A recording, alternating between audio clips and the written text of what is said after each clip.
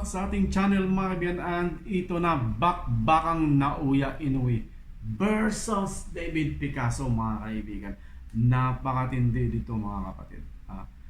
Gagamitin kaya o ma-maximize kaya ni David Picasso ang kanyang reach advantage mga kaibigan? Well, alam naman natin mababa ang knockout percentage nitong David Picasso mga kaibigan. Well, tingnan natin kung ano ang mga technique at mga counter punch o mga counter style na gagamitin ni David Picasso mga kaibigan.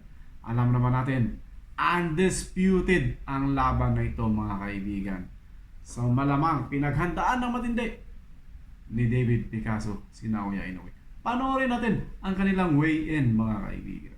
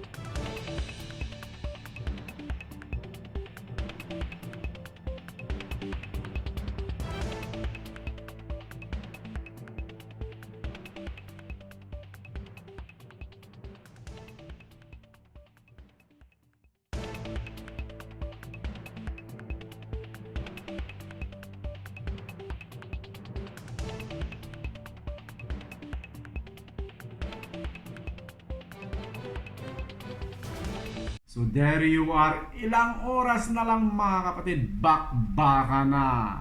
Marami ang kumbinsido mga kaibigan na mananockout lang din itong si David Picasso. Well, malalaman natin yan pagdating sa kanilang laban.